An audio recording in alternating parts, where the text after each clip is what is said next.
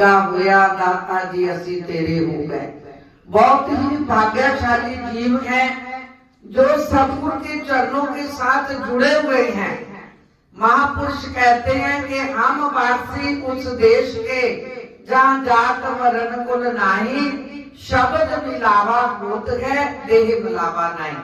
कि हम वासी उस देश के हैं जिस देश से हम बिछुड़ करके आए हैं। हम वासी उस देश के जात वरण कुल नाही, शब्द मिलावा होत है देह मिलावा नहीं। कि जो शब्द उस परम पिता परमात्मा ने हमें दिया है, उस शब्द को जाप करने से हम उस परम पिता परमात्मा के साथ मिल सकते हैं। नहीं तो संसार के अंदर डावाडोल जीव फिर रहा है। जीव को पहली बात तो ये पता ही नहीं चल रहा कि मैं कैसे चल रहा हूँ, मेरे जीवन का रास्ता क्या है, मैंने कैसे चलना है।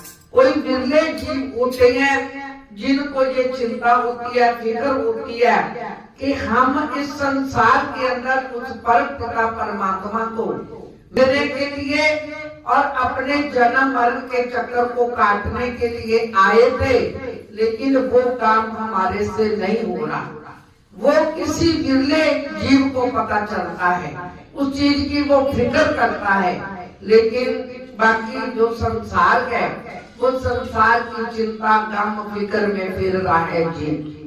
मालिक के मिलने का जो रास्ता है वो हमें कहां से मिलेगा?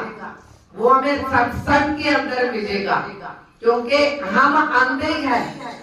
हम अंधे हैं। सत्संग के अंदर हमारे ज्ञान के जो नेत्र हैं वो खुलेंगे। लेकिन सत्संग के अंदर आना कोई बड़ी बात नहीं, सत्संग सुनना कोई बड़ी बात नहीं, सत्संग को अंदर ले जाना ये बड़ी बात है।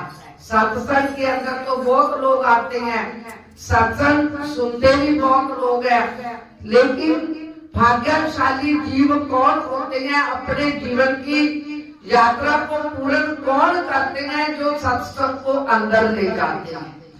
जब तक हम सत्संग को अंदर नहीं लेकर के जाएंगे तब तक हमारे जीवन की नैया जो है पार नहीं लगेगी, क्योंकि हमें पता ही नहीं है। जैसे अंधा जीव हो, उसके आगे कोई खाई आ जाए, कुआं आ जाए, उसको क्या पता कि ये खाई है, ये कोट उसमें गिरेगा ना। ऐसे ही हम संसार की माया के अंधकार में फिर रहे हैं। संसार के अंदर इतने लिपाए मान हुए पड़े हैं कि अपने जीवन की यात्रा के बारे कभी बैठ करके सोचने का समय ही नहीं है हमारे पास। सत्संग के अंदर हमें ज्ञान होता है। जब हम सत्संग के अंदर जाते हैं, महापुरुष हमें ज्ञान देते हैं, वो ज्ञान को हम अंदर ले जाते हैं। जब अंदर ले जाएंगे, उसके ऊपर चलेंगे, तो हमें पता चलेगा कि हमने किस रास्ते पर चलना था और हम किस रास्ते पर चल रहे हैं।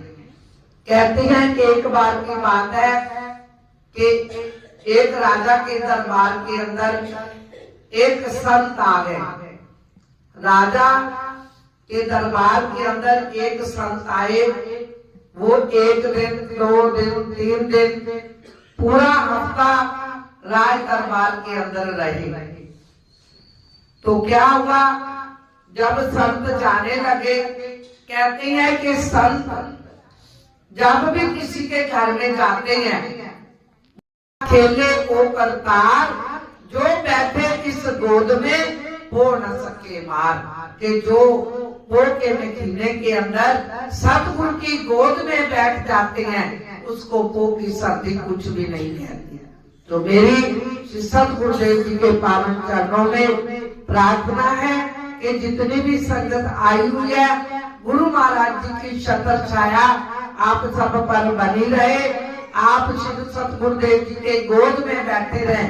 गोद में बैठने का मतलब क्या है? कि हम हमेशा सतगुरु के साथ जुड़े रहे। जब जुड़े रहेंगे, ये जुड़ना ये नहीं होता